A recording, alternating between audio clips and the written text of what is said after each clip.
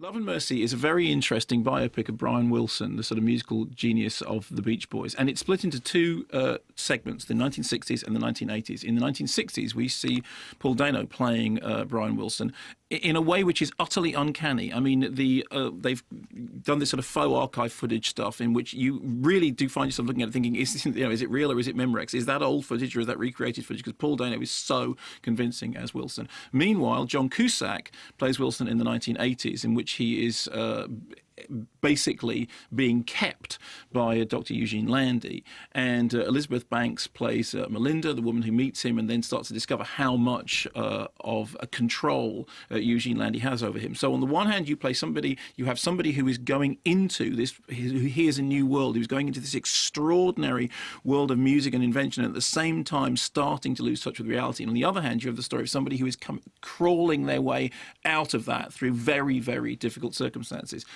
Cusack, it has to be said, looks very little like Brian Wilson or indeed Paul Dano, but it's more to do with the performances. The script has been rewritten from an original script by Aaron Moveman, who was the guy who co-wrote Todd Haynes' I'm Not There, in which Haynes used 5, 6, 7 different actors and actresses to play different aspects of Bob Dylan's personality. This doesn't quite go so far in its invention. One of the best things that it does is have these very, very authentic recreations of the early recording sessions from the Pet Sounds and Smile era. Here's a clip. Yeah, remember, it's the higher octave on the upbeats in the bridge. Hey, Brian. I love that. Brian. Yeah. I think you might have screwed up here. Really? Let me see. Well, you've got Lyle playing in D, and the rest of us are in A major. Yeah, that's right. How does that work? 2 bass lines and 2 different keys? Well, it works in my head. It's all playing in my head, the orchestration and the 5 vocal parts. I think it's gonna work. Let's try it. Hal, here's how I want you to do it. It goes,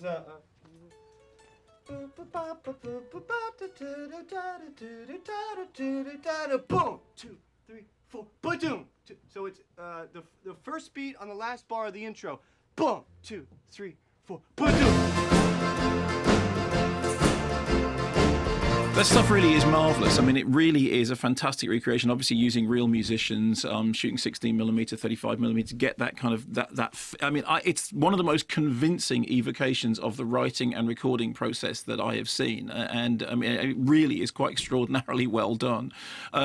As far as the 1980s section is concerned, there's a slightly different tone to it, partly because Cusack's performance obviously is very, very different from Paul Dano. It's a very different part of his life, but also because the story is being told very much from the perspective of Melinda, who is effectively, as this story says, the person who is there to save Brian from the clutches of Eugene Landy. Eugene Landy, played by Paul Giamatti, is played in absolutely eye-rolling, Svengali-like wicked form, bordering occasionally, it has to be said, upon caricature. But what I like about the film is, there was that lovely moment in that, the one of the basses is playing in E, the other one's playing in A. How's that going to work? Well, they work in my head. And what this does is takes 2 very, very different tunes, 2 very different themes, and intertwines them very much in the way that Brian Wilson's songwriting does. I mean, it's all to do with completely unexpected harmonies. I mean, he is a genius, and attempting to put the creation of genius on screen is extraordinarily difficult. And this is quite clearly done with, real love and affection. Dano's performance is terrific. The cinematography, the use of 16 and 35 and the blending of the old and the new is extraordinary. Atticus Ross has done a great job with the score, which is formed by taking stems and stuff from Brian Wilson's own recorded archive, reconfiguring it, writing, making something new from something old, creating this aural soundscape which takes us inside of Brian Wilson's head during that process when these ideas are tumbling out of him. I mean, you really get the sense that you are watching somebody compose, somebody write. Heartbreaking moments, the confrontations with his father when he first plays him God Only Knows, and his father says it just doesn't sound like a love song, it sounds like a suicide note. So despite the fact that those 2 elements really are very different and seem to be from very different films, they are intertwined in a way which makes them like contrapuntal melodies, and the whole thing works as a song, and it has a genuinely musical feel. And I mean, I'm sure, like everybody else, you're a Beach Boys fan, but I was very, very impressed and very moved by it.